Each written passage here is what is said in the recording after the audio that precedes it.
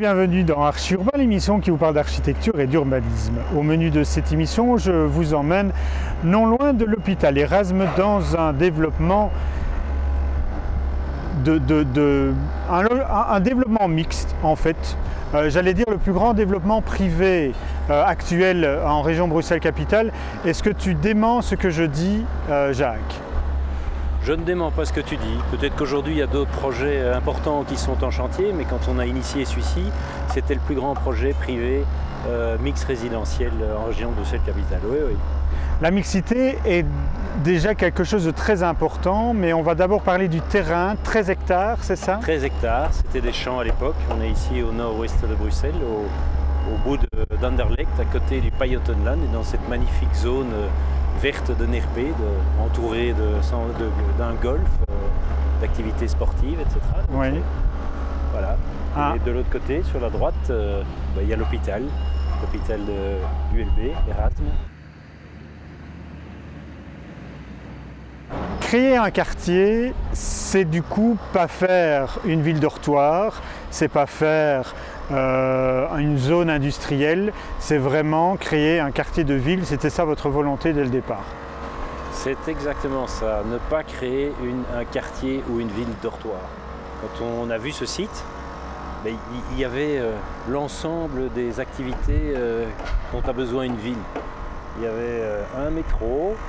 On était proche du ring, il y a des commerces de grande taille, il y a un Cora qui est pas loin, il y a une université, il y a des entreprises, il y a un pôle de développement CityDef. Puis il y avait cette zone de 13 hectares qui était un champ qui était destiné au logement. Et donc, que faire à cet endroit-là? Oui, c'est ce que j'appelle la pièce manquante du puzzle. Mais faire un quartier dortoir, non. Il fallait faire un quartier qui vit. Combien de logements est-ce qu'il y aura à terme? Alors le permis de lotir nous autorise l'équivalent de 1300 logements. Oui. Et donc dans ces 1300 logements, ce sont toutes les fonctions résidentielles. Donc tu intègres là-dedans les résidences étudiants, une maison de retraite. Voilà. Ça s'appelle Erasmus Gardens. Donc Erasmus, tu viens de parler d'étudiants, on a compris. Gardens, on va parler de l'aménagement public parce qu'il est très important. Mais ce n'est donc effectivement pas que ça. Il va y avoir tout type de logement sur ce projet, du plus luxueux au logement social en passant par le code d'étudiants. Oui, donc nous avons veillé justement à avoir cette diversité. Le garden vient de la taille du site. On va laisser Daniel passer. Merci Daniel. C'est le nom qu'il y a sur sa vitre. Hein. Je suppose que c'est Daniel. Voilà, Daniel est passé.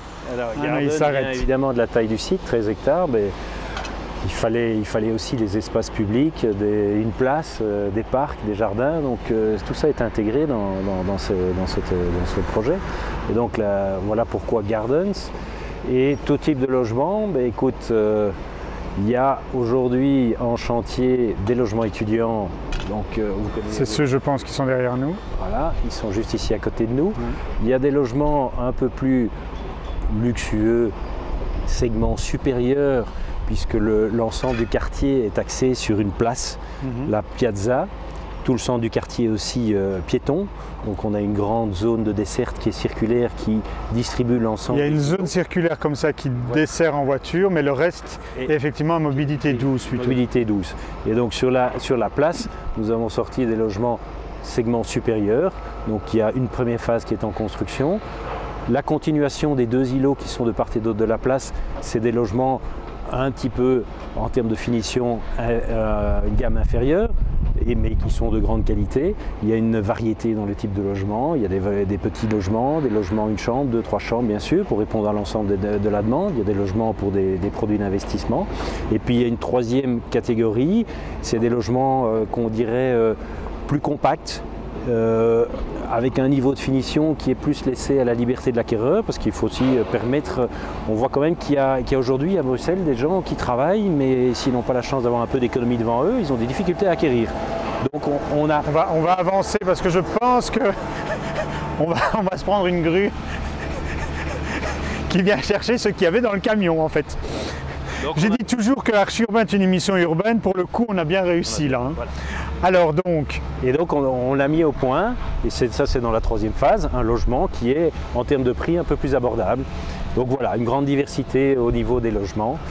Et puis, on l'a dit, les fonctions, les autres fonctions qui permettent la mixité générationnelle. Donc ça veut dire des commerces de proximité, ça veut dire peut-être des plus grands commerces, ça veut dire une crèche, une école. On a aujourd'hui essentiellement les commerces sur la Piazza et sur l'axe piéton qui rejoint le boulevard Henri Simonet. Oui. Il y aura évidemment un grand commerce, on parle de 400-500 mètres carrés dans le secteur de la distribution. Et puis on cherche aujourd'hui, on est en contact avec différents opérateurs, mais pour créer et pour avoir une place animée. Donc pour pouvoir avoir des restaurants ou des brasseries, pas des commerces de grand détail. Donc il faut que cette place pour nous vive et soit le cœur du quartier où les gens puissent se rencontrer. Vous avez fait appel à qui pour développer l'urbanisme et les espaces publics? Alors l'urbanisme, c'est un projet qui a mis longtemps pour avancer au niveau urbanistique, donc puisqu'on l'a initié en 2008-2009. Et on a abouti en 2012 avec les permis de lotir. Donc nous sommes associés à l'époque avec le bureau d'architecture ADERC et le bureau d'urbanisme et des paysagistes Jean-Noël Capage, JNC. D'accord. Donc c'est JNC qui a fait toute la programmation en termes d'urbanisme et d'aménagement paysager et urbain. Est-ce qu'eux avaient un pouvoir dans la décision de comment on allait mettre justement les voiries ou la taille de la place ou les jardins, etc. Ou bien ça, vous avez dit non, on va mettre les bâtiments comme ça et puis vous faites votre jardin autour. Comment ça s'est fait, le développement des différents bâtiments? Non, on ne peut pas poser, il faut écouter toutes les réflexions et les idées de chacun. Donc c'est un travail qui a été fait ensemble, de dialogue et d'échange pour voir qu'est-ce qui était le mieux pour créer vraiment cet objectif d'un quartier vivant qui complète toute la zone ici. Donc ils n'ont pas eu le pouvoir, je pense que c'est ensemble que nous avons mis au point ce projet et développé ce projet avec les architectes et avec nos équipes de développement. Tu as cité ADERC comme architecte, comment est-ce qu'il est venu dans le projet? C'est vous qui êtes allé le chercher? Il y a eu un concours? Moi je dirais le développement immobilier c'est toujours un peu le hasard des rencontres, donc on était sur un projet et voilà, on a parlé à un certain moment de terrain qui était disponible ici. Ça s'est fait, voilà, c'est un peu à le hasard, donc ça n'a pas été à l'époque arrêté. C'est pas un coup de cœur sur la qualité architecturale ou quand même? Ça n'était pas le sujet à l'époque, parce que quand on s'est rencontrés, on devait encore tout faire, il n'y avait qu'un champ ici. Oui. On n'a pas parlé architecture, on a parlé, tiens, il y a un projet à développer là, est-ce que... Mais bon, à l'arrivée, tu es quand même sensible à l'architecture de ADERC pour l'avoir gardée et choisie. On est toujours sensible à l'architecture, oui. Non, je parle d'architecture d'ADERC. Mais je suis sensible à l'architecture d'ADERC. On voit ici l'école, c'est... Oui, devant nous, on s'avance un petit peu et on voit effectivement l'école qui est, je dis souvent, la charge urbanistique pour pouvoir créer tel logement. Mais en fin de compte, ce n'est pas une charge, c'est quelque chose de tout à fait utile pour faire vivre tout ton quartier. Ouais, c'est vrai, honnêtement, quand tu la négocies, la charge d'urbanisme, tu la vois comme une charge financière, mais au fait... Oui, on aurait pu payer pour ça. En fait, les conséquences, elles sont évidemment positives pour nous, parce qu'avoir la chance de pouvoir donner à ses habitants, ses futurs habitants, déjà à côté de chez eux, une école primaire de 500 élèves, une crèche, ben ça assoit ton quartier et ça attire une clientèle jeune, dynamique, qui a aujourd'hui beaucoup de difficultés à trouver des emplacements dans les écoles et dans les crèches. Les bâtiments sont répartis comme une sorte de pâté de maison, je vais dire, enfin, comme ça, en rond. Qu'est-ce qu'il va y avoir au milieu?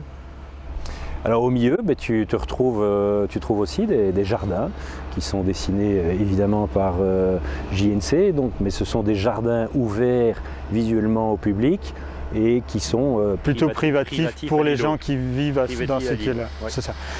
On a dit ADERC développe l'architecture, mais pas que, puisque vous avez revendu ou cédé certains terrains, notamment au foyer Scarbécois, je crois, pour faire les logements sociaux. Et donc là, ça va devenir, c'est un concours qui va être fait de leur côté? Alors, il y avait en effet une volonté de construire et d'avoir une masse critique assez importante ici.